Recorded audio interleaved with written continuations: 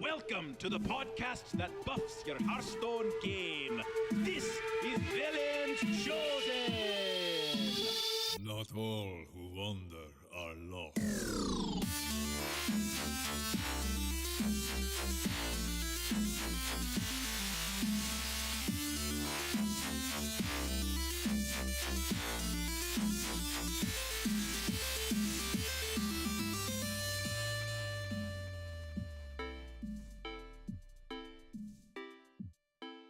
Greetings and welcome to Velen Chosen. Whether you're a competitive player, seniority specialist, a deck building visionary, or you just like having a bit of fun, we can help you buff your game and not understand a word of what I just said when you're on a fast app on podcasting. Some of those were words. Some of them we'll be using today. Others of them was just me. Yep, that's how we're starting the show this week. Welcome to Velen's Chosen, everyone. I'm totally listening to the show this week in 3x mode. All you I have to wanna do know what is that listen to sounds the like. first 10 seconds. Because 10 seconds will now be 2. Welcome to the meme that is the show called Velen's Chosen Podcast. We're a Hearthstone show. We talk about decks. We talk about expansions. We talk about lore. My name's Rob. I'm patched in from the Rising Sun in Japan this week. We have Eve Martin from Canada. Grant from Texas. What's up, guys? Yo. My man. So good to talk to you guys again. It's been a while. It's been a long week. It has. This is the first month I've almost cracked into rank 5 in a while. So that's pretty good. What is that sound? I think My computer Eve's computer is really hot. yikes. Ooh. Yeah. Like That if you fan can on hear it. that, that's you hearing my computer. Well, it corresponded when you moved your hand. Oh, I think that the well, microphone is not coming in through your Yeti in Discord, to be honest. Cuz that's okay, probably well, what you it know was. I'll check that. I'll check that out because I It's set quite it all up. right. All right, I will make a note Anyhow. of this for the post show It on says Yeti editing. In Discord, it says input device Yeti stereo microphone. So I don't know. I don't know. Okay, no worries. This is about the 3-minute mark. Okay. Yeah. Hard cut there. Hey guys, welcome to the show. Live stream. All of the viewers are here, especially me and Grant. You guys can check out our show anytime you'd like. On the live show at Velen's Chosen Podcast on Twitch.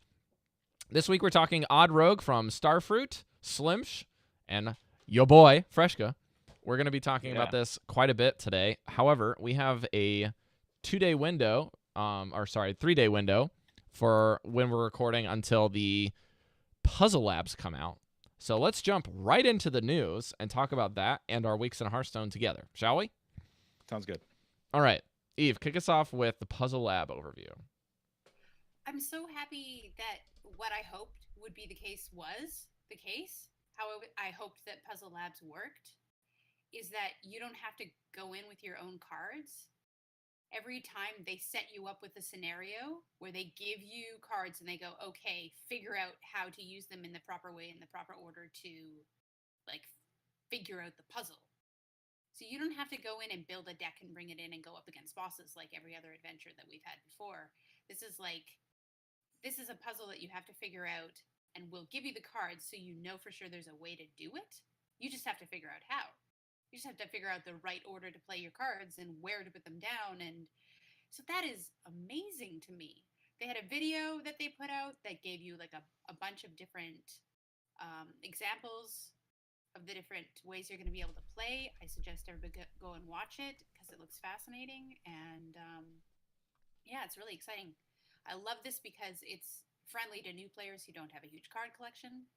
And also, it seems like it'd be really good for teaching people how to play Hearthstone. Did they say anything about this expansion, like Puzzle Lab thing, if you had to build anything, if it was a building challenge, or if this is all pre-constructed, pre-given content? As far as I know, it's all pre-given. Lethal, Mirror, Board Clear, and Survival are the 4 different kinds of puzzle types that you're going to go into. Okay. And you can do them in any order that you want. Like if you're like, I want to try lethal this time. You try a couple of those puzzles, and then you can hop around to mirror or board clear. It's not like Wings where you have to defeat bosses and open up the next wing. So Mm. it's Just go wherever you non-progressional. want. Yeah. Yeah. So these are exciting. not Also- like anything besides categories. These aren't just 4 individual puzzles, or sorry, 5 individual puzzles. They're categorical puzzle types. Okay, Yeah, and then they're going to get harder and harder as you go on. sure.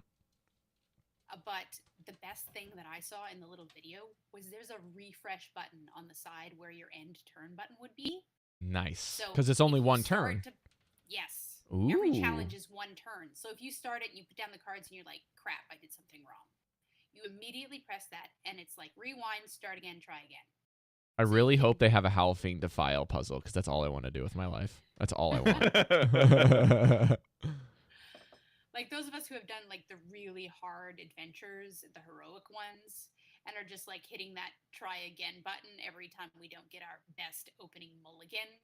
Like this is really nice to have that refresh Yes. button. Mm-hmm. I think this man. is going to be super cool. Yeah. Rob, it'll redeem you from Toki. We'll find out. I'm not holding anything bated breath of the same team that created Toki. Still really. I can get to I'll be consistently like level 6, level 7, but yeah, Eve, I'm really hyped for this. I can't play it right away cuz I have an English camp Monday and Tuesday, so I can't even play it until like Tuesday night at the earliest, maybe Wednesday. So we'll see. The good news is that I would have to wait a whole day anyways because of time zone stuff. So the 21st, I believe, is when this is releasing. So I can't play it until Wednesday my time. So it's like, oh, cool. I can just play it on the same day because, you know, I'm going to play it anyways. I I'm think getting... you mentioned, sorry, being inspired by those things where people would put up Find the Lethal on Mhm. Twitter, and they Mhm. would show like all of their cards and their opponent's cards and be like, can you figure it out in the time that you have? And they were inspired by that to make these different puzzles. So that's really cool. I love those things. Those are so fun because, you know, it's one thing to like sit there and stare at a picture and then imagine the movements, but it's another thing to be able to actually do it in like a very controlled, non having to set it up environment. Like think of all the times like Disguised Toast would try to set up an ideal situation just so he could show you how an interaction went off. It's going to be kind of cool to see have it in a controlled environment, kind of set up to play and win. And do we know what the rewards or anything look like yet? Like if they showed us what the card back is Oh, that you win for it or anything like that? Yeah, all I know is that we have a card back. Like, I don't think there's anything else. I mean, I'm But do we pretty know what sure it it's looks going to like be... What we're gonna have is like play X amount of games and you get card packs. I bet they'll have like quests that come out at the same time. It'll probably be complete like 1 in each category, and then you can get 3 card packs. That would be my guess, right? Didn't they say they Yeah. were giving 3 packs for free with this? Yeah, that's how they did it with Toki, right? They said go Yeah. and beat one of the adventurers and things Right. like that. So that's how you'll probably get your rewards. But other than the card back, I don't think there's any other thing tied to it. The other thing is that they're gonna do them in groups of 8 or 9. So you'll be at like 1 difficulty level and you'll do like 8 challenges, and then you'll go on to the next like level of difficulty.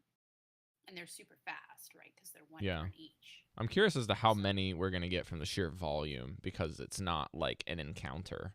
It's like a bunch of little encounters. Usually they have like card decks that they create, hero powers, kind of categorizing where their power levels are. This one's just like, here's a challenge and difficult, yes or no, like 1 to 10, and then they're gonna put it in there. So that seems really cool.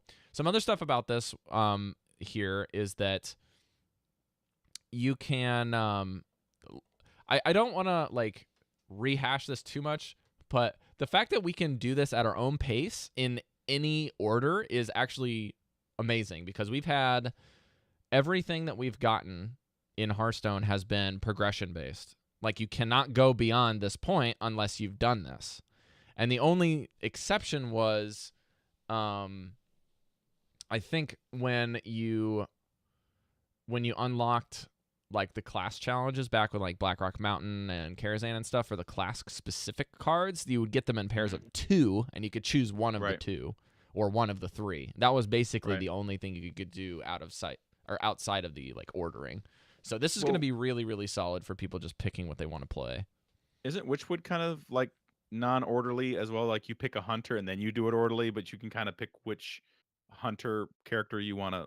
I mean, you could say that too, because that's how Monster Hunt was. That's also how, Togwaggle's expansion with Kobolds and Catacombs was, because you're choosing a class to complete. So you can kind of choose the The classes. frustrating part about that was you didn't have progression, because as soon as you lost your back at the beginning again, it wasn't like it saved your place and you can continue on from there. Exactly. With this, you can.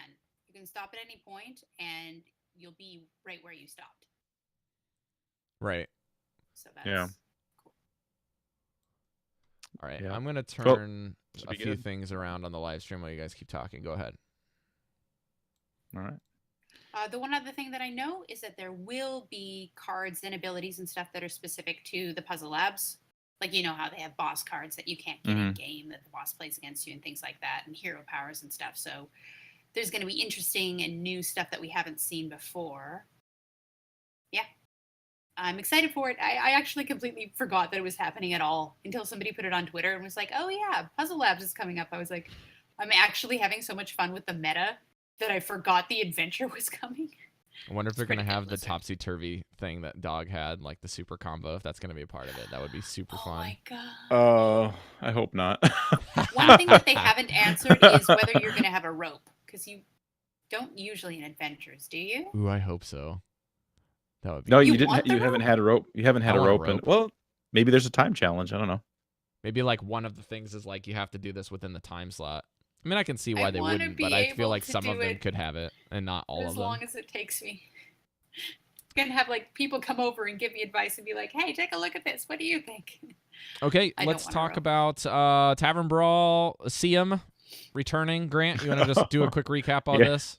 Yeah, Brawliseum is back, basically arena style. Except for you get to draft a deck and you lock it in, and you get to try for those 12 wins. This time again, it was standard. They've done it in Wild and they've done it in standard. I think this is the second time they've done it in standard.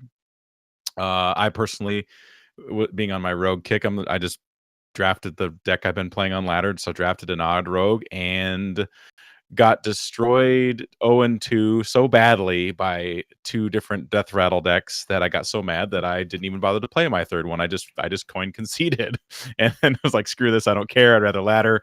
I just took my packs, and then upon opening my one pack, I got a golden legendary. So that was my Tavern Brawl experience this week, but I it was too much of a try hard this week to care about it so much. So that was my experience. I love that you're too much of a tryhard to play the tryhard brawl.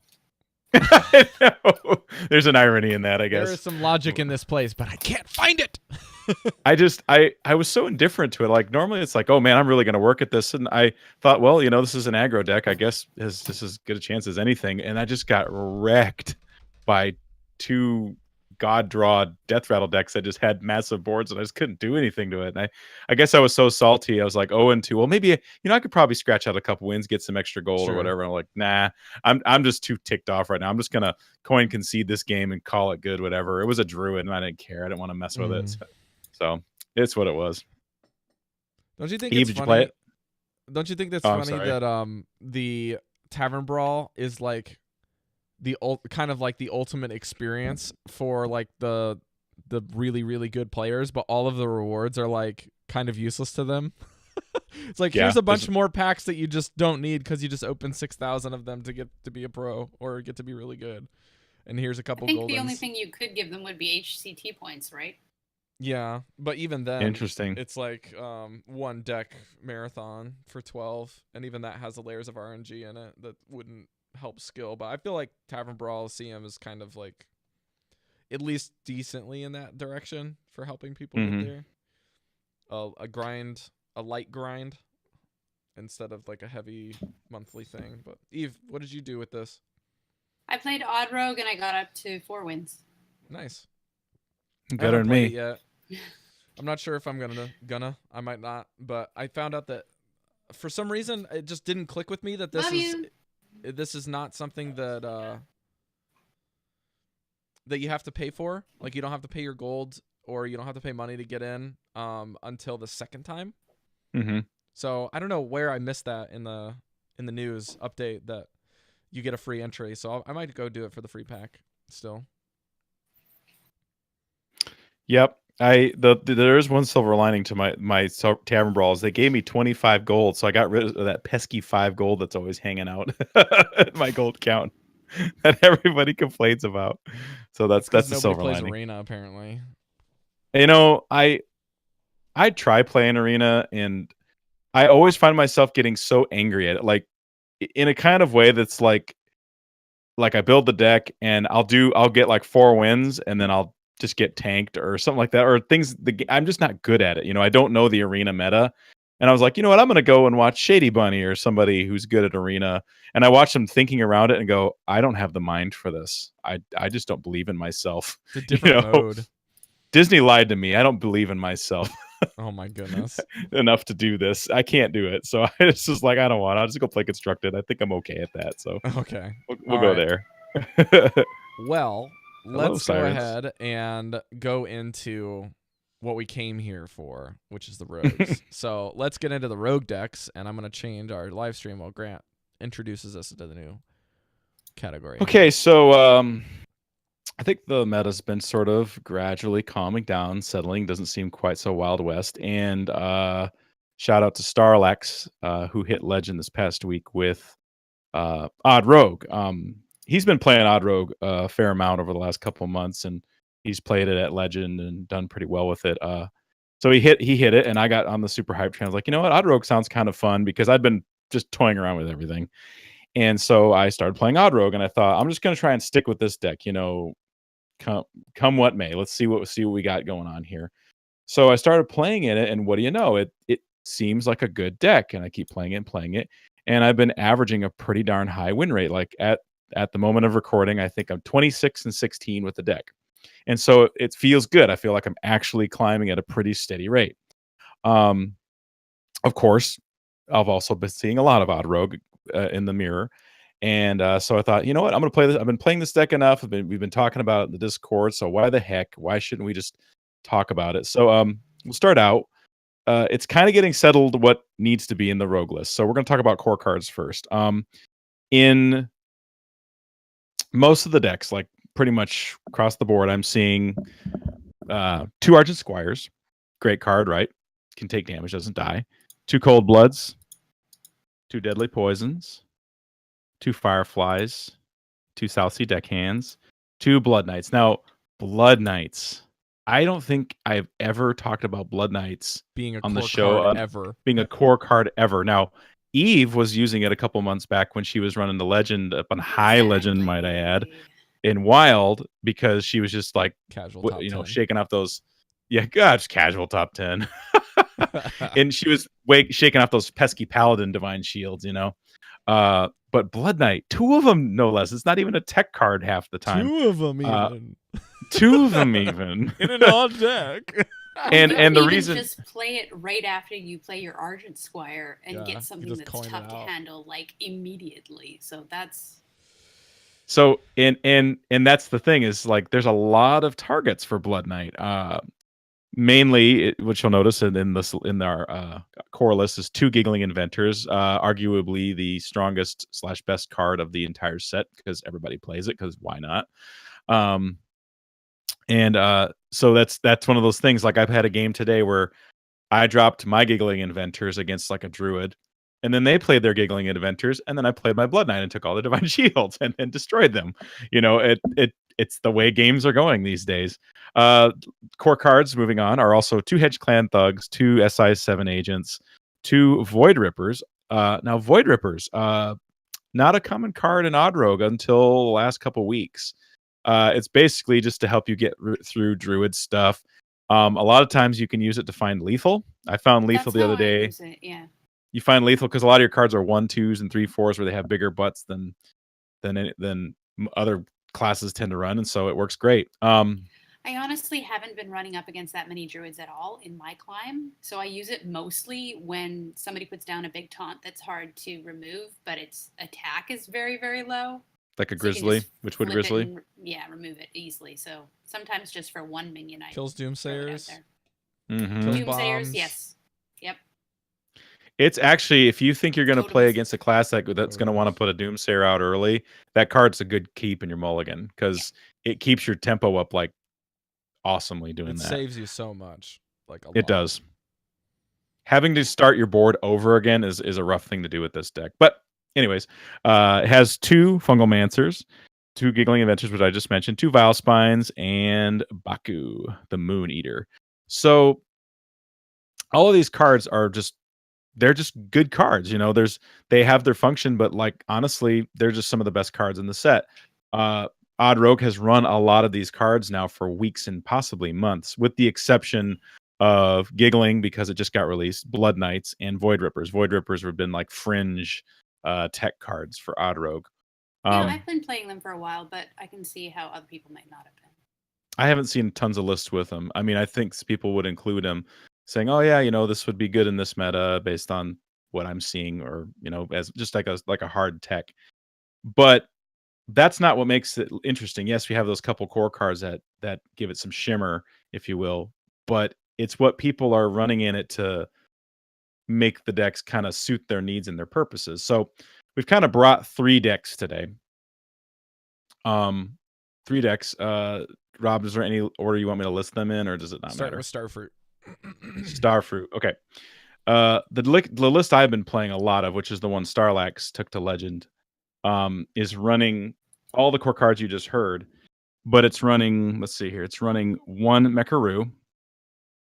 It's running 1. Let's see, what is that thing I called? can run Vicious through it if you'd Fledgling. like. Well, I can say it. It's fine. Okay. Vicious Fledgling, Captain's Greenskin, a Cobalt Scalebane, and it's running Myra's Unstable Element. I think it was Myra's Unstable Element that got me kind of into the whole hype train at first, because I thought I pulled this card, I didn't think I would ever use it, and apparently it's good. It's arguable. It's a very hotly contested card at the moment. Myra's Unstable Element is definitely a hit button in case of emergency kind of card.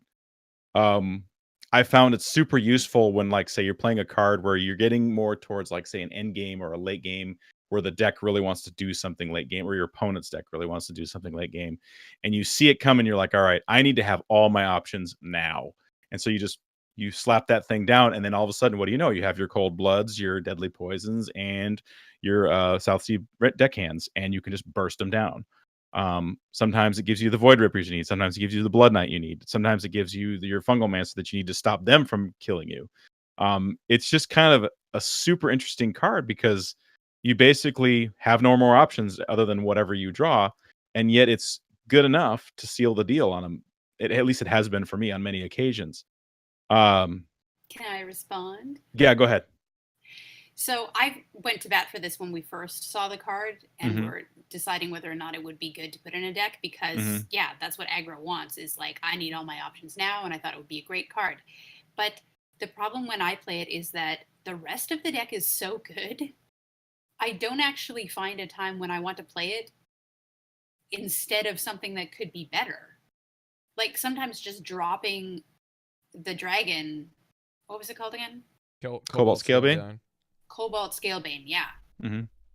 When I have a bunch of other minions that it's gonna like throw a buff on, it just, you have to already kind of be ahead in order to just waste a turn to play it instead of putting down more threats and doing more damage, or you're really far behind and it's like you said, a push button in case of emergency where I need this because I don't have anything. I just found myself playing something threatening and scary every turn that I was playing, so I never found an opportunity to utilize it properly. So it just sat in my hand 99% of the time. So let's keep that. We're not gonna like not respond to this to keep this discussion going because I feel like we need to get to the other 2 lists before we can really approach that topic. Okay. If that makes sense. Should we And comment the on only reason I Greenskin? say that is because one of the decks that we're featuring doesn't use the card, likely for the same reasons that you brought up. So let's see what they are including, and I'll kick it back to Grant. But Eve, you can keep weaving in between discussions. Yeah, definitely want your input, Eve. So don't be a stranger. Yeah, in the yeah. You've been discussion. playing this deck a lot, so please include your Okay. opinions. Okay. One of the other notable is Captain Greenskin, and Captain Greenskin is one of those legendaries that I distinctly remember pulling a couple of years ago and dusting it because who's going to use that? That card's that's not good. But and then a couple months ago, I had some surplus dust, and I saw a list that ran. I'm like, what the heck? Having a 3/3 weapon that can clear stuff or burst. It's 9 damage, right? Yeah, you might take some of that to the face, some damage to the face, but 9 damage is a lot.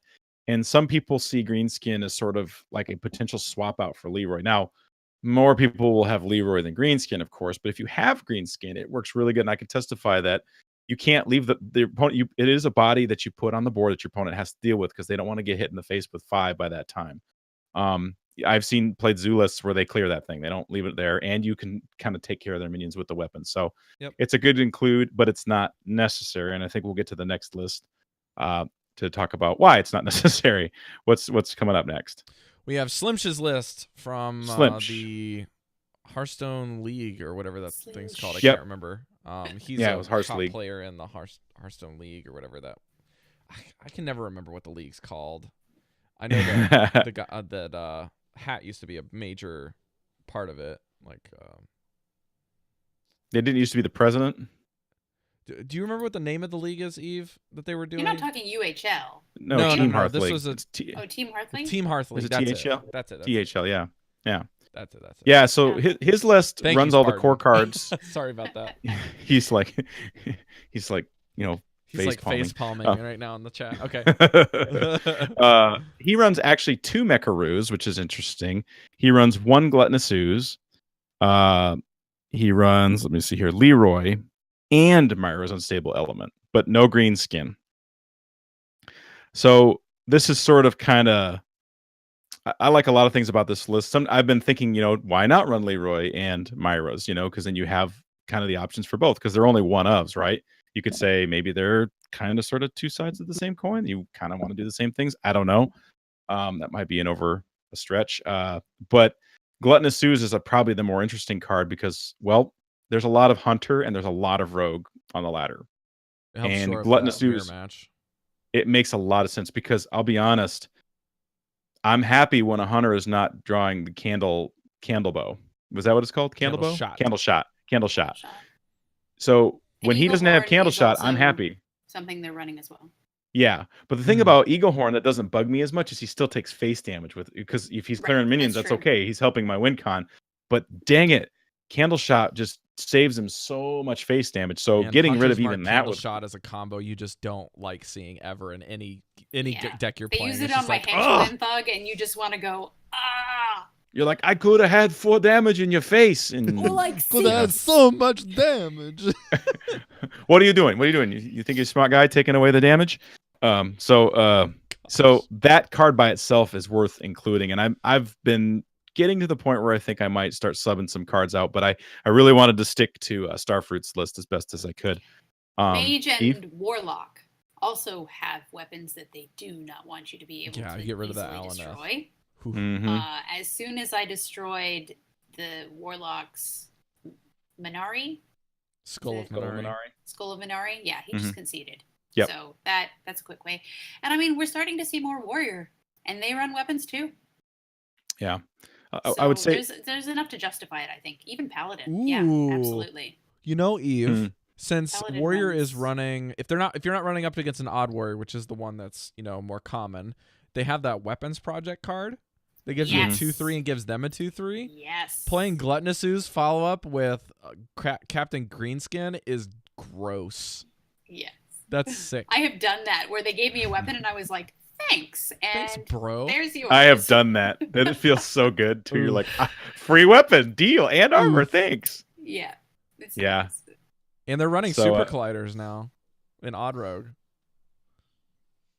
Which is I think it's a 5-mana weapon. It's a 1/3, but it says if you attack a minion, have that minion attack its neighbors. Do you mean Odd Warrior? Odd Warrior, yes. Sorry, you did said I say Odd okay. Rogue? Rip. Yeah. Okay, yeah. sorry guys. I was really It's confused okay. for a Just second. making sure. Continue. Don't. Yes, I have heard of this Super Collider as well. Yep. So I'm looking at this list and I look at the Mecharus, and Mecharu has been very underwhelming for me. I thought it would be awesome because I thought it would be, it's just possessed villager, but it's in the form of a Preserve It's a better mech. for a mech deck, honestly. But there's and we're no not mech running synergy. Right. It's better for that. And it's cool. I mean, on the one hand, if they have the kind of deck where they want to clear your board, that's good because you have at least something left over to maybe hit them in the face later. I get it. But I think that I would rather have something different, which is why we're going to talk about the next list, which From would your boy be Freshka. our friend of the show, Freshka. We're going to get him back on the show again. It's been a little while. Let's see, scrolling So back up here. Freshka runs double dire moles instead. Yes. And then Mhm. Which he I also like. picks up on what Slimsh did, which is a gluttonous ooze, except he's like, I'm not going to run Myra's. I'm going to run 2 oozes, and I'm going to run Leroy instead. Mm-hmm. So he is way more tempo-oriented of this deck because of the curve. With Slimsh and Freshka's list, it gives you a lot more early game because you have 2 more options to pull early game minions on 1. And you have 2 more cards that you can play on 3 instead of what Starfruit did, which is likely because other decks were slow and he wanted to snowball by turn 5. He wanted anything that he can draw on 5 to just snowball the game out of control. That's kind of how he approached his deck building. Whereas Slimsh and Freshka is like, well, if I'm playing against other people that are also trying to do this, I want to kill them faster and disrupt their weapons. And that's what their approach was going to be. Freshka, on the other hand, sees that the one deck that he wants to beat is the other Odd Rogue. And so his deck is probably going to be favored in almost every way if you can approach it that way. All right, Grant, go ahead. It's interesting. One of the things I've noticed that was really consistent in the games I was playing was how much work weapons were doing in terms of tempo. I mean, any class that's running a weapon is using those weapons to max advantage. And if you can take their weapon out, it's like eating their mana too, right? It's not only getting their ability to create take tempo back, but it's eating their mana. It's like, yeah, you just wasted your mana there, haha. And now I have health. So if it's a game in parity, you're in good shape. And believe me, with as popular as Odd Rogue has been, I played a game the other day where card for card we played parity up to like 6 or 7 turns. Yeah. Like I played a Firefly, they played a Firefly. I weaponed, they weaponed. It was How it insane. goes. And it was probably the most parodied game I think I've ever played, but it was super interesting at the same time. It was like, oh man, Like this is chess. gonna come down to draw, like who just ever draws the best card first, because we're both doing the same things. I But still think you only need 1. think so. So what are you putting in place of the other? Well, I put in an extra Cobalt Scalebane. I'm thinking about it though. I'm gonna see over the course of my play if it's not as good a card. The reason I changed to, I believe it was Fresca's over the other ones, was I was having way too many turns where my hand was full of 5-drops. And if you're going up against the Mirror, or if you're going up against Zoo Warlock, you're just dead in the water if you can't play anything for the first 3 turns, except for Weapon Up. Like that was very frustrating. Yeah, and then as soon as I switched 9 5-drops to in Starfruits, 8 in Slimshes. yeah, Mm-hmm. as soon as I switched to having 2 extra 1-drops, the Dire Moles, it was like Night boom. and day. Way more often I had something I could play on turn 1, weapon up on turn 2, get the ball rolling, at least not be behind. And against the Mirror, the best opening I ever had? What? Argent Squire, Coin, Cold Blood. Yeah, because they can't do anything to it. You want to know something They else? can't do anything until turn 6. Unless they face tank it, they cannot get rid of it until turn 6. Additionally, to piggyback off of that individual statement, Dire Moles and Void Rippers synergize way better than Mekaroos. So Good if call. you get into an approach late game where you're top decking and you don't have, you're obviously not running Myra's anymore with Freshka's list, but you might have just this game where you're like, man, I just really need that card. And you have a Void Ripper in hand. And you're like, well, I've killed all of his little weenie guys, and now we're just kind of going at 5-mana, 3-mana cards. You can create a minion that has 3 attack and 1 health that they're not going to be able to deal with in the Mirror. Now, is it advantageous later on? Probably not against other decks, but against the Mirror, it's like that's where it really shines. And then additionally, you can do some pretty wonky things with Void Ripper and Cold Blood. Because even if you're not using your Cold Bloods for lethal, you can use your Cold Bloods to make your minions durable with Void Ripper. And you can also make the Dire Mole go from a 1-2 to a 2-1 after it trades. And you just got to think about this with all of your other minions. I mean, I've even seen other people where they've run a Void Ripper into Cold Blood after dropping Giggling Inventor, and they have hit the opponent for 2 with giggling. They have 2 1/2 Annoyotrons that get flipped to 2/1s, and then you can cold blood one of them, and you just get 4. You get 2 damage burst from the Void Ripper, plus you add 4 more on top of that. So that's basically a Leroy on its own if you look at it from that approach. Yeah. I try to spread out my damage as much as I can so they can't like remove one big huge minion and that's it. That's all your threat. Right.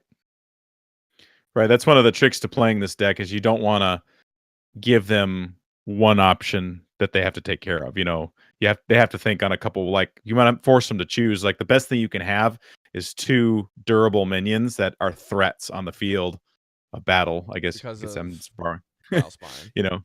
Yeah, because Vilespine. Yes, because Vilespine.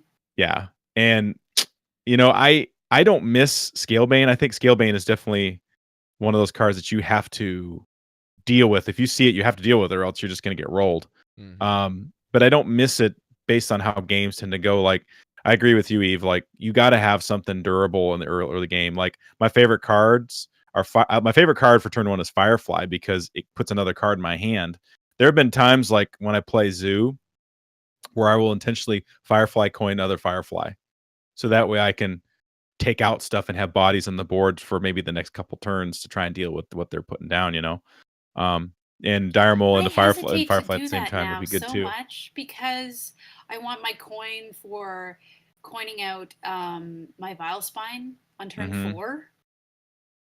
It just depends on what Hench Clan Thug with my Vilespine on turn 4. So I used to do that all the time. Though. It was like an automatic. If I was going second, it was Firefly, coin Firefly to like start off right away.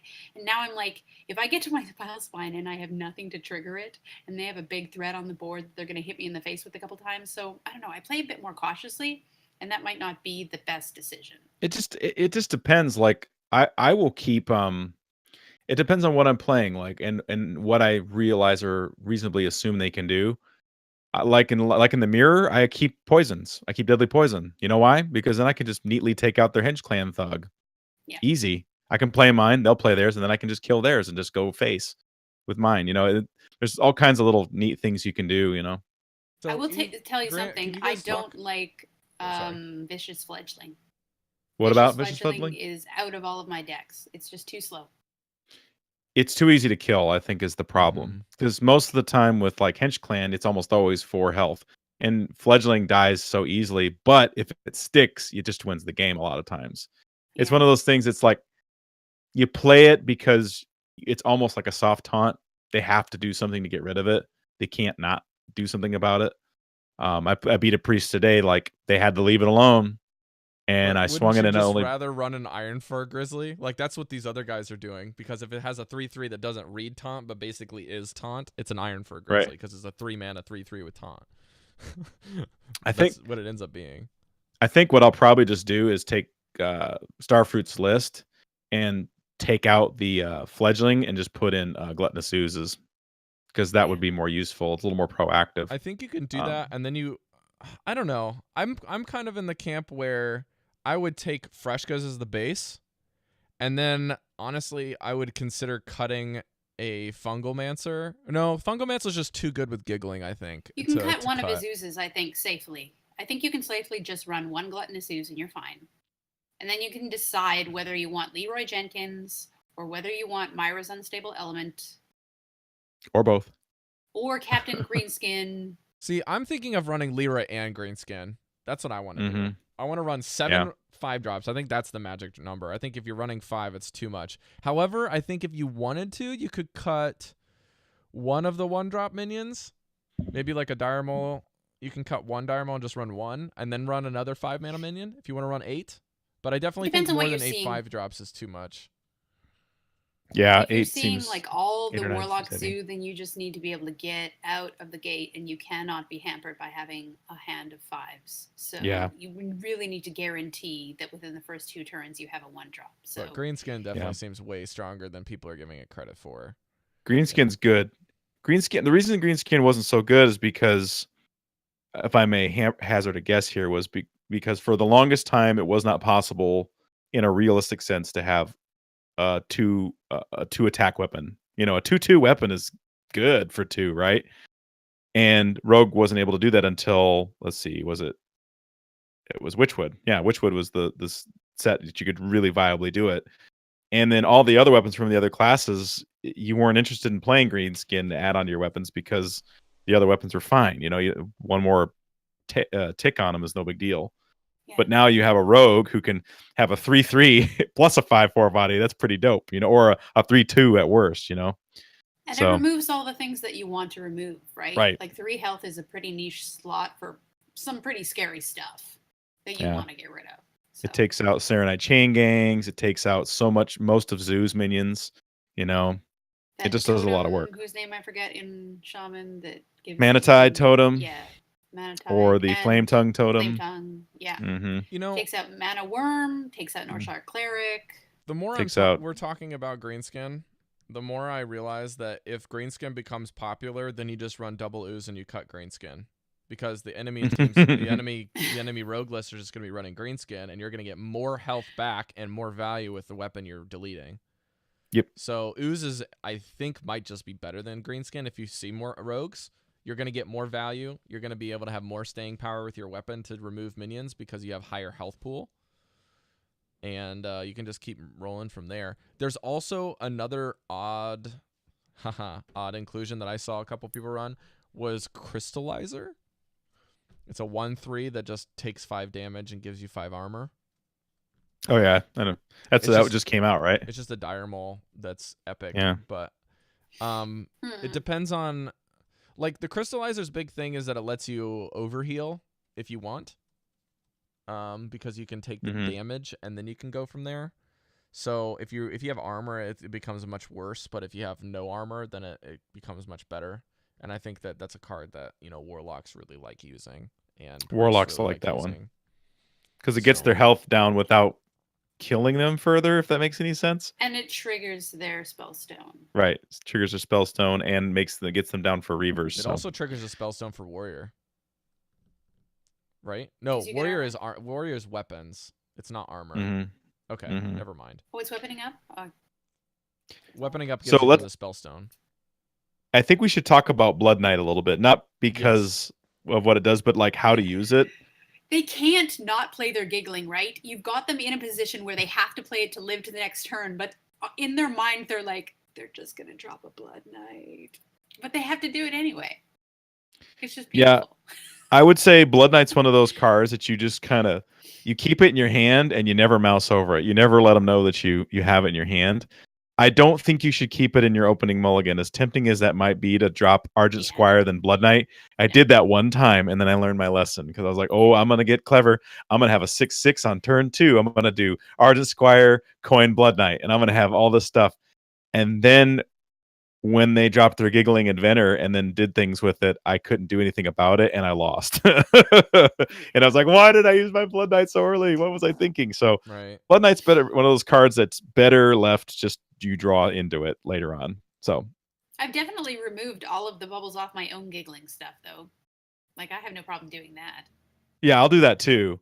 But you got to kind of think about what you're playing. Like if they're running a Defile, I won't do that, and it just Well, if depends. they have something that can easily remove the 12/12 Blood Knight, then yeah, that sucks. But if they don't, then if they used up all their Vile Spines already, you're pretty safe to drop that thing.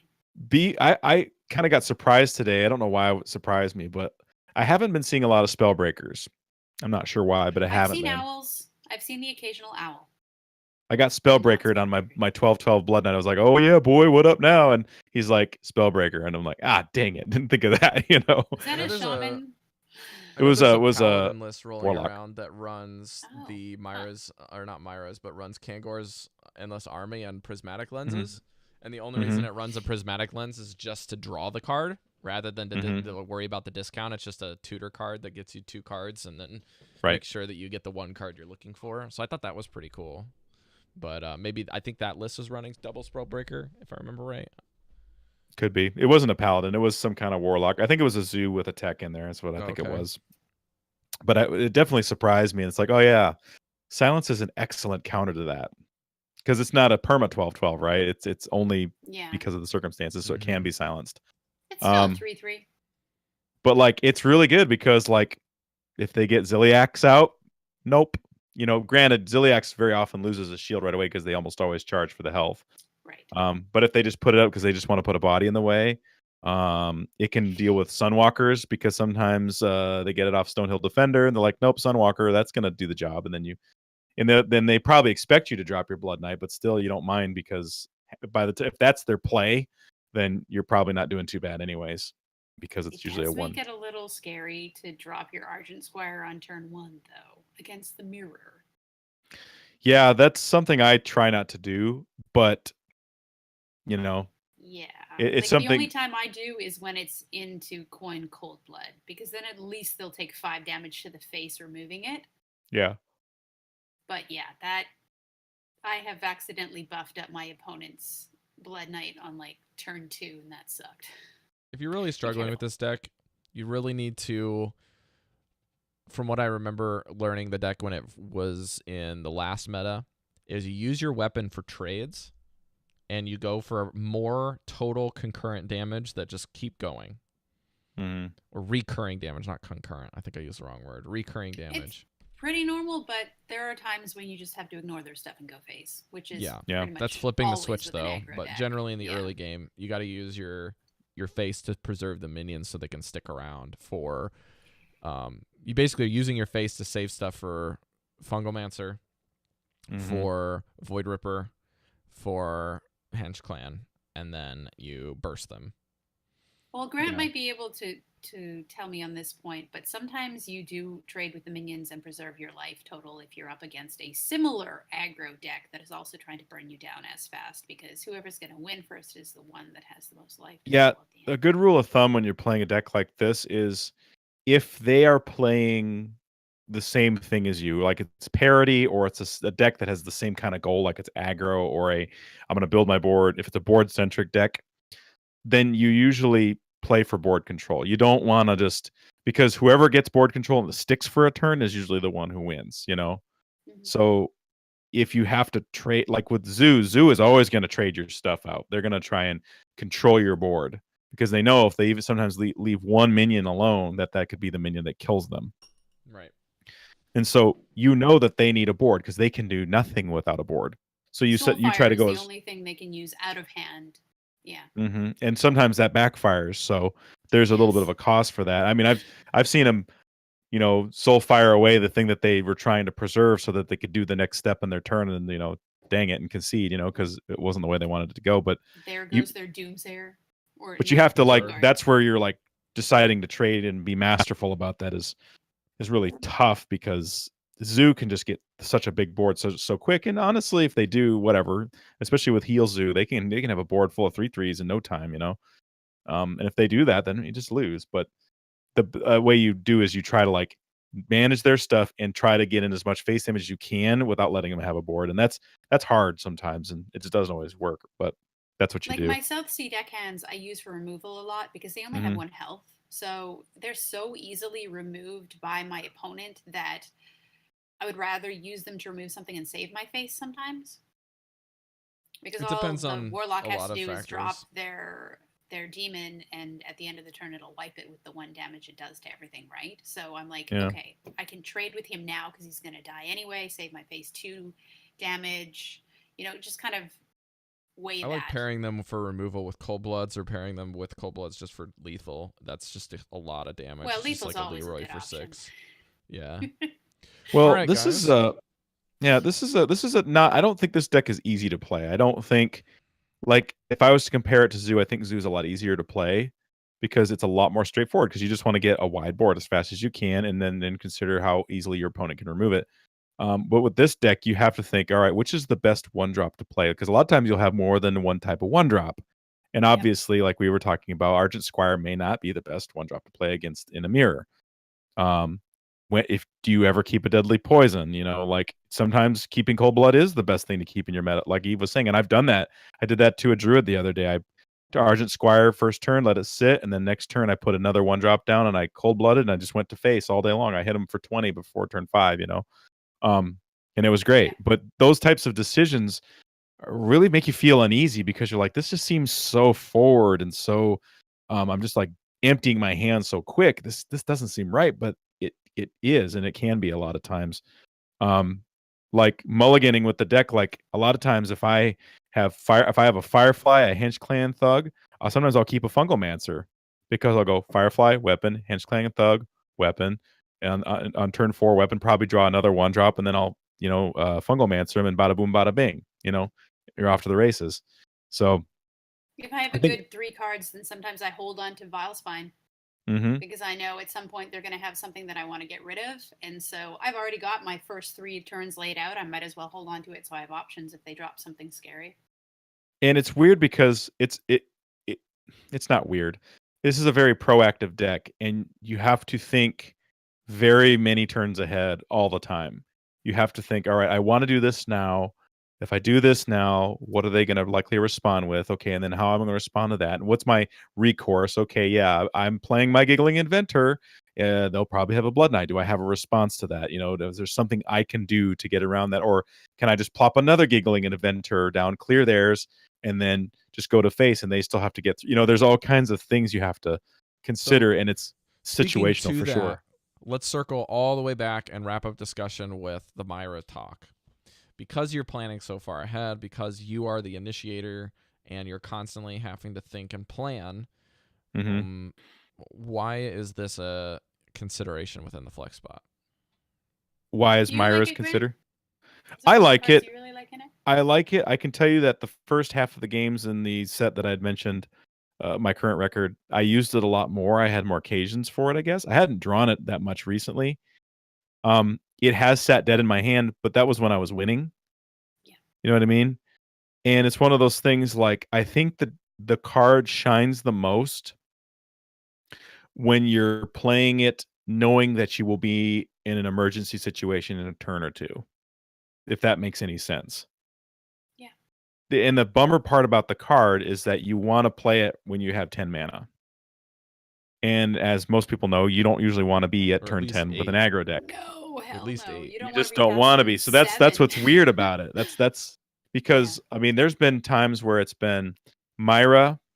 I played Myra, and then I got both South Sea deckhands and both Cold Bloods plus poison, and I hit him in the face for a crap ton of damage just because I just had You them in my had deck. I was like, everything oh yeah, they're left. all there. Yeah. I had everything left. I need those cards, and I had a weapon, and I had all the stuff to do it. And it's kind of funny how surprised people get. They're like, "Wow, dang!" They start emoting like crazy because all of this stuff just kind of came into your hand. It's sort of ex machina, Deus ex machina, Deus ex Myra. It is what You know. your deck is made of, though. I mean, What? you're an aggro deck. Your Yeah. deck is made of threats. So basically, anything that you pull is probably going to be good for you, unless you were silly enough to put Mekaru in your deck. Yeah, and I have used it before to pull a Blood Knight.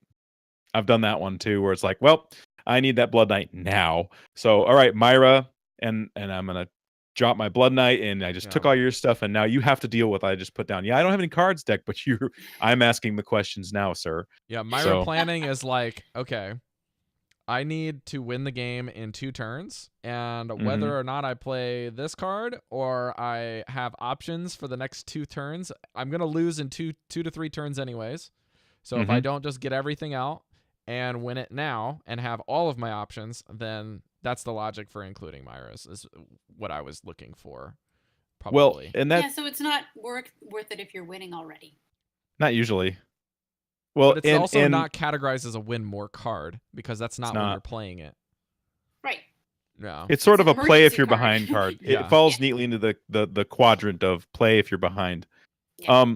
The thing about that card though is it does kind of tap into that I don't know what to call it, that intuition that you get when you've played Hearthstone a long time or card games like it, where you're playing, like, and you know how we all play, oh, this isn't going so well. I don't think I'm going to win this game. We've all had that notion. You're not losing, but you know how things are shaping up and the way the game is unfolding. You're like, yeah, I'm likely not to win this. And if you find yourself really believing that, and that's the way the game is going, and you have Myra's and you have a plan on what you could conceivably pull out, if, okay, I'm going to pull 6 cards and I have a good chance of getting X, Y, and Z. And if I get that, that gives me a possibility of winning.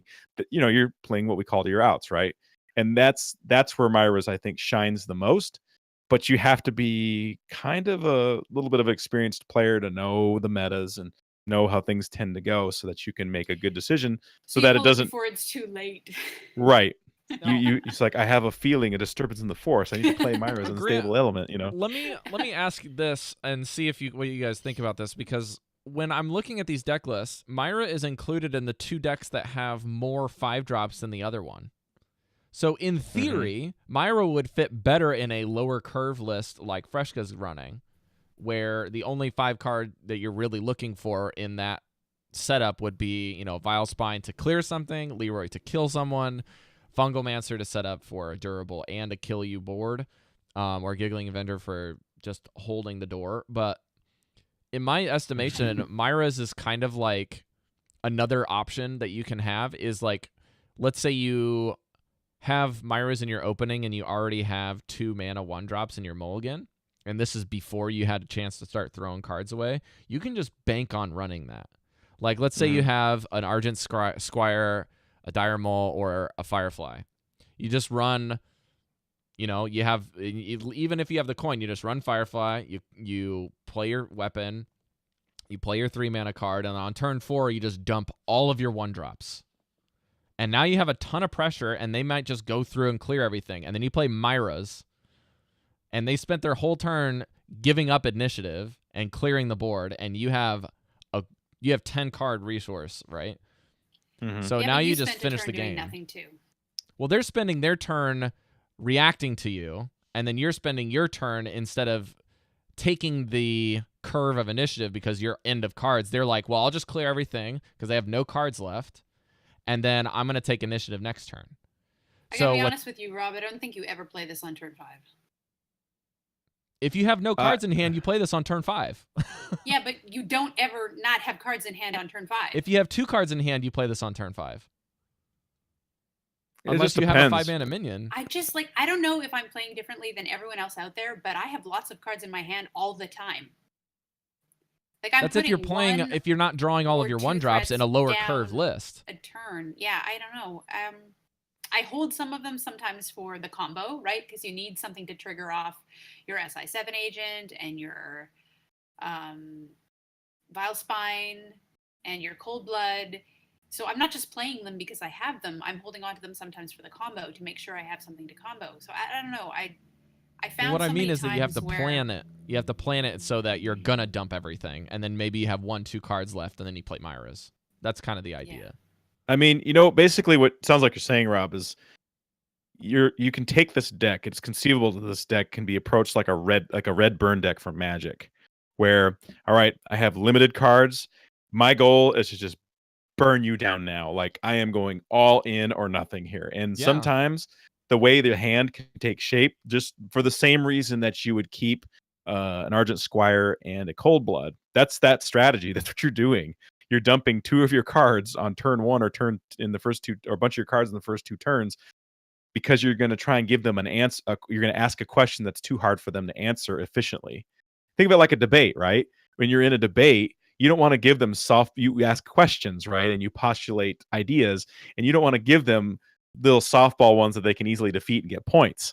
You want to give them, no, I'm going to ask you the hard one. How to avoid nuclear war? Go, given the certain circumstances. And I think with this deck, if you set it up right, you can ask a lot of questions that they can't answer very well.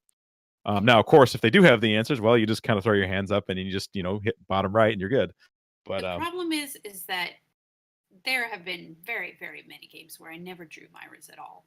It's a legendary card. Yeah, you it's only a have one of legendary. them. And so you can't really plan your first 5 turns unless you drew it in your mulligan.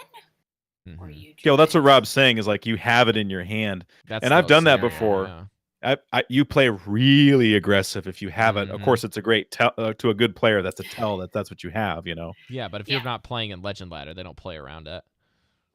Yeah. They just play They like, probably what is don't. this guy doing? Like that's the question that's running through their mind if they're, especially if they're sub rank 5. And then after rank 5 to Legend, they're kind of like, maybe they're not thinking about it either. It's like, you'd be surprised. I had some games where I had played last week when we had Nikolaias on. I was playing, I was playing Mechathune druid, and guess what people were doing? They were clearing my cards that I needed to die for me. And I was like, okay, timeout. I know I'm at rank 10, or I know I'm at rank 7, or whatever it is. Why is this guy killing my auctioneer when I have 3 cards left in my deck? Like, what? And I have, like, I need to play another auctioneer for it to die. So they kill that one. I play the next auctioneer after I dump a bunch of spells. And the guy's probably like, he emoted at me and said, wow. And I was like, yeah, wow, I have 3 cards left in my deck, you idiot. And then he kills it and he's like, wow. I'm like, yeah, Mechathune, Innervate, you're dead. Like, nice try. And on other times, it's like people don't understand that they just don't play around cards at this rank. Like, if you understand your deck and what you do really well, the next step in improving with this kind of a deck is knowing what your opponent's going to do. Because that's where I see a lot of stuff happening at ladder. And I know we have a lot of listeners that aren't rank 5 players, or people that consistently get to rank 5 plus, including myself. But, like, you can save yourself so much time and hit those win streaks when you just, like, know what they're going to do and know simple things like what cards are in their deck, and not just at the beginning of the game or when you have a deck tracker, you're like, I know this is the deck they're playing, but rather, like, I've seen an Innervate, I've seen this card, I've seen this card, I've seen them run the what's the card, the Naturalize. I've seen one of their Naturalizes, so I can play around them not having it, or they have so many cards left in their deck, and if they're playing this, then they need to do this. And this is what Grant and Eve would say way back. What we did is, if you don't understand how to beat a deck, go play that deck, because then you know what that deck loses to. Yeah, you know what that deck wins, what it loses to. Yeah. Exactly. Yeah.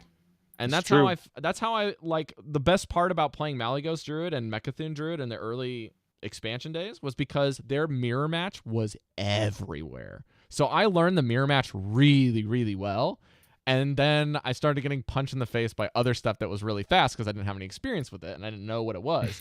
So I just switched to those decks and tried to learn them, and also punch other people in the face is fun. So try that with when you play Odd Rogue. Consider, if you have the cards, try to play the other decks that you're losing to, whether being casual or with a friend. Or watch people who play them. You can go on Twitch and watch people if you don't have all the cards, and watch people who are good at playing those decks and learn how they play. Also learn what tech cards you're running, which is why we're looking at multiple decks. Learn what tech cards are. What cards can you switch? Because you may be switching cards in your deck. Like, this is not working, I'm cutting it. So you cut Myra's, and then you're like, okay, now what? What am I going to put in? Well, we have these other lists that are out there that you can, maybe you can run a Greenskin. Maybe you can go, like, running a 5-drop for a 5-drop isn't always right when you're swapping a card out. Maybe you need to lower the curve. Maybe you just don't need another 5-drop, like Eve was saying. It's like, I have too many. I can't do this anymore. Yeah, I like this deck a lot for that example. It's like a perfect example of a deck with a very solid core that's in every single deck, and then a bunch of cards that can be switched in and out depending on what you're running up against and your play style and what you're comfortable with, and whether or not you have certain legendaries yet in the expansion. This deck's pretty flexible for not needing all of these legendary cards, which I do like. Yeah, because it has such a strong core. It has such a basic core that hasn't really changed. So it's interesting what you could add depending on what you're seeing. You should take a look at it and decide what you like, whether you like Myra's or not. Yeah. Grant, any other final thoughts? I was just going to say that I've been playing Odd Rogue for a couple months now, and I had a thought the other day, like, man, I really like to try and see if I can get up to Legend this month and push a little harder than I have, but I haven't really pushed very hard the last couple months. And so I was thinking, I feel like I'm starting to get the hang of this deck after playing it for months. And then I got to thinking, the first deck I ever hit Legend with was Gunther Burn Mage.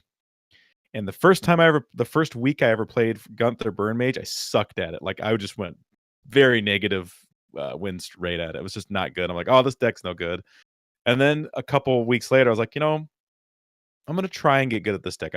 I took the approach of, I'm going to learn how to play the deck. I'm going to play enough to where I get a really circumspect view of how this goes. And so I've been kind of trying that with Rogue, and with all the cool tech stuff, and with people who are good players playing it and giving their thoughts and advice on the internet, and not to mention the Discord. I feel like I'm getting a much better view, and I could tell that I'm getting better at it because my win rate is staying up around 60%, like a real solid win rate. And every deck I've hit legend with, I was playing it at that rate very consistently, not because I was just hitting lucky streaks, but because I was playing it correctly, if you will. And it has that feeling for me right now. So if you want to play it, if you've never played it before, understand that aggro decks are hard to play. They're not as simple as everybody makes them out to be. Sometimes it feels like we just roll you and it's just like, haha, I'm just so good at this game. I'm lucky. Your favorite matchups are super favored. That's the nice thing about this deck. Yeah, it's very, but it doesn't have a bad one. You know what I mean? It doesn't have really any awful matchups. I will say I think Tempo Mage is kind of bad because Tempo Warrior. and Control Warrior, like Tempo Mage is like, if they put the right secrets in the right order, they just derail everything you're trying to do, and they put damage in your face. But it can win a lot of matchups. If you're going to learn how to do it, ask a lot of people about mulligan questions. Ask a lot of people about what they're seeing at your rank. Look at HS replay. Use your resources, because it'll help you make decisions. And just remember that it takes time to get good at different styles of play. So if you're not usually an aggro player, I would recommend that you be patient with yourself. Like, I'm more of a control player, so I've just been like, I need to be better at aggro. I need to learn this type of style of play better. So like, I'll ask Eve, I'll ask people in the Discord who have been successful with decks and say, what do you do? So that's my advice. Anything else, guys, before we wrap it up here? If you're playing with these tech cards, then just really pay attention to how you feel when they're in your hand. Like, are you happy to see them when you draw them? Are they working, or they just kind of sit there and you're what like, card oh, would I you wish I had a replace it different with? one. Yeah, like, think to yourself, these are the other techs that people are playing. Would I have been much more happy if I got that card instead of this card at this point against this enemy? You know, so especially if you're leaning towards a specific card, you're like, every time I draw this card, I wish it was ooze. Yeah. Then it's time to run an ooze, boys and girls. Okay, let's go into Eve's Lore Master section. And stop talking about Rogue here. We have the favored dinosaur that should have been the first card that had a dual tag. I thought was a really missed opportunity. This card should have been a beast mech, in my opinion. But Eve, go ahead. Yeah, so Subject 9. I talked about it a couple episodes ago, I think, that I was going to need to research because I couldn't remember all the details. But she is a Velociraptor that is a level 15 quest giver in as Shara. There is a goblin lab out there where Hobart Grapplehammer recognized the name from Mean Streets of Gadgetzan. He did experiments on her when she was a little hatchling, tiny little dinosaur, and made her really, really smart. She has like a metal helmet with like an antenna coming out of it on her head, and she's able to communicate with you. And she's very, very intelligent. So she has decided that she's going to escape and wants you to gather up some of her babies. She says, this is the way she talks in World of Warcraft. Shortly after my intellect was augmented, I bred with Subject 4 in order to create a unique race of cognitively superior raptors. Subsequently, Subject 4 neither called nor wrote. I have determined to disembowel him upon our next encounter. This sounds like friggin' what's her name? Gladys. Sounds like Gladys from Portal. Yes. Because breaking up's hard to do. Nonetheless, there are enough raptor children imprisoned in this lab to provide adequate genetic stock for repopulating my race. Please release them from their cages and carry them to the rocket. So she has built a rocket, which she's going to use to escape Azeroth, and it's going to be like her own personal arc. They're going to land on another planet somewhere and start their race of genetically enhanced raptors. So you have to go throughout this building and gather up all the little baby genetically enhanced raptors, and they jump on you.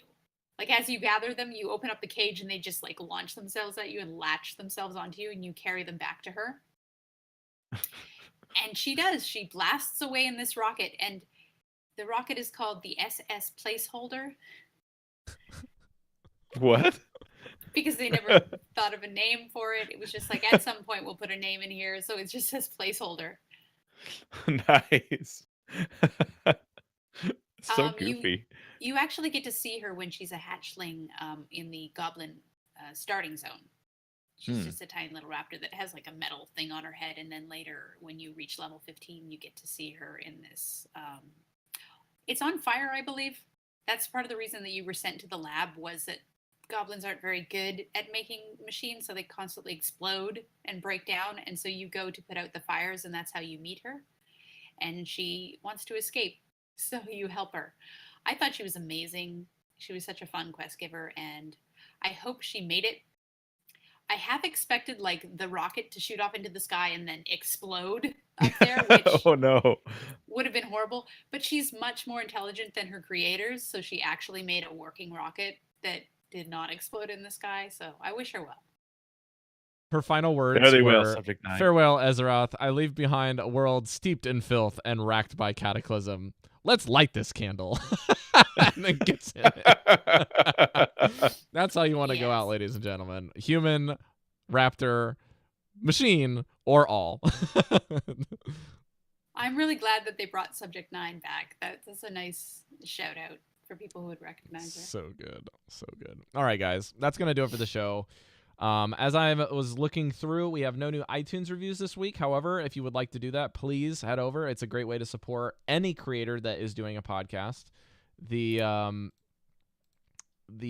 way to do that is to get on your phones or on your PC. You can do that on a PC or a Mac and just create an account. Leave us a 5-star iTunes review. We'll leave it to you to do that, and we'll read it on the show. If you have more things that you'd like to do, you can also support us on Patreon at patreon.com/VelensChosen. And Grant, do you want to talk a little bit more about, or sorry, Eve, you want to talk a little bit more about what you've been doing on the lore side for patrons?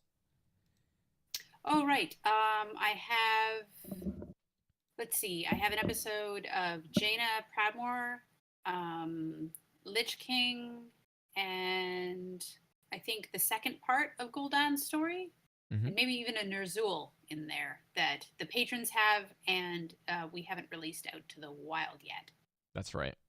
Yeah, the next one of Gul'dan should be the next one that goes out to the Wild West of regular podcast world. That's the next one. Okay, yeah. Cool beans. Yeah, look you guys forward can to support us those. there. You can help us upgrade our equipment or start progressing that way. You can help us keep the lights on. You can also help us when money is tight for families to make sure we get cards to actually talk about them. That also helps. And you can help pretty much any creator that's doing something like that on Patreon. Lots of creators are using Patreon on the podcasting sphere, so please consider supporting them, even if it's just a little bit. Every little bit helps.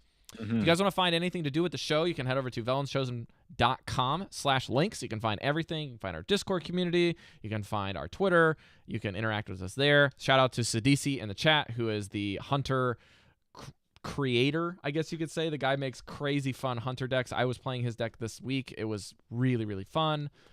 He also challenged anyone that would like to on Odd Road versus Death Rattle Hunter if you'd like to do a best 3 out of 5, because he wants to beat people with his hunter deck that much. So you guys can go contact him there on Twitter. It's Rogue. There's a good chance we could be talking about Hunter next week. I'm not sure. Grant has been cooking up some people and guests in the back end, so be looking for next week. We're gonna hopefully get one or two people we're looking at getting on the show.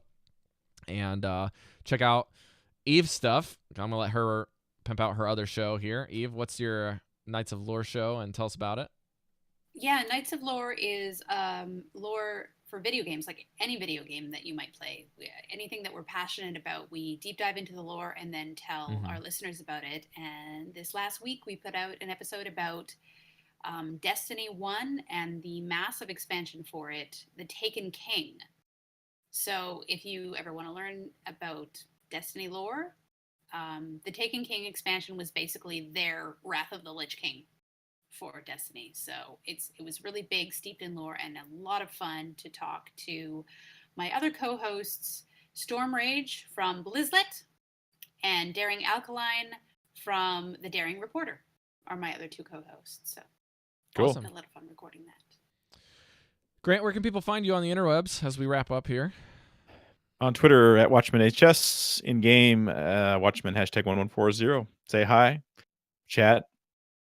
I'll point you in the right direction if you need something. And Eve? Eve? I'm full up I have to go through my friends list and start kicking people again. So I'm sorry if you haven't played Hearthstone in like a week or maybe more, then you might find yourself deleted. So I can accept more friends' requests. And a special thank you to some people who were very generous and helped me by gifting me card packs over the expansion. I really appreciate it. Cough, Ziggy Sarah, cough.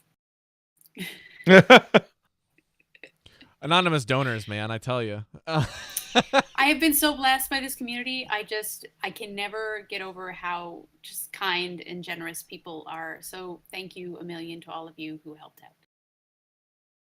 You guys want to find me? You can find me on Twitter and Instagram with the tag NotRob. You can find me on the Discord. You can find me in CoinConceed Discord harassing Ridiculous Hat and Nikolaias on the regular. You can also find me playing apparently World of Warcraft because it got you, Rob. It finally got me. hooks in you. It sucked you back in. It's fun enough, but the best part about World of Warcraft is having a schedule where it will restrict you from not ever being able to be in a raid unless you use looking for raid feature because of your time zone. So I'm thinking that that's going to be a pretty good failsafe. I've already farmed a mount, believe it or not, because there's one that comes about like every 2 years with archaeology. So I did an archaeology mount run for the Spectral Moose. That was fun. Oh, Spectral Moose. That sounds It's only cool. out for 2 weeks right now. So if you guys want to go get Grant it, and I are not going to have to stage an intervention for you, Rob. No. I've been enjoying it. I also ran into Cobalt Grackable Hammer this week on my boat and Rexar, so I'm enjoying a lot of these Hearthstone things, crossovers again. The story is fantastic, and it's a nice casual game. I'm surprised that I've been able to kind of approach it in this casual way, despite having to min-max a few things. It definitely feels a little bit more relaxed. And you can also check out my Overwatch podcast called Omnic Lab if you guys like Overwatch. We're kind of working on some really tough scheduling things right now. We've had kind of a rough time getting guests and making things work with Andres going back to school for some coding. So we're trying to figure out some new schedule things. But if you subscribe, you'll get it in your feed. No, don't worry too much. We are still recording. We haven't gone anywhere yet. And if you guys are going to be at BlizzCon, let me know. We're going to set up probably a channel in Velen's and also one in Omnic Lab if you guys want to meet up. I'll be there. That's going to do it. Awesome. Remember, guys, not all who wander are lost. We'll see you guys next week. And be odd and use rogues. See you guys.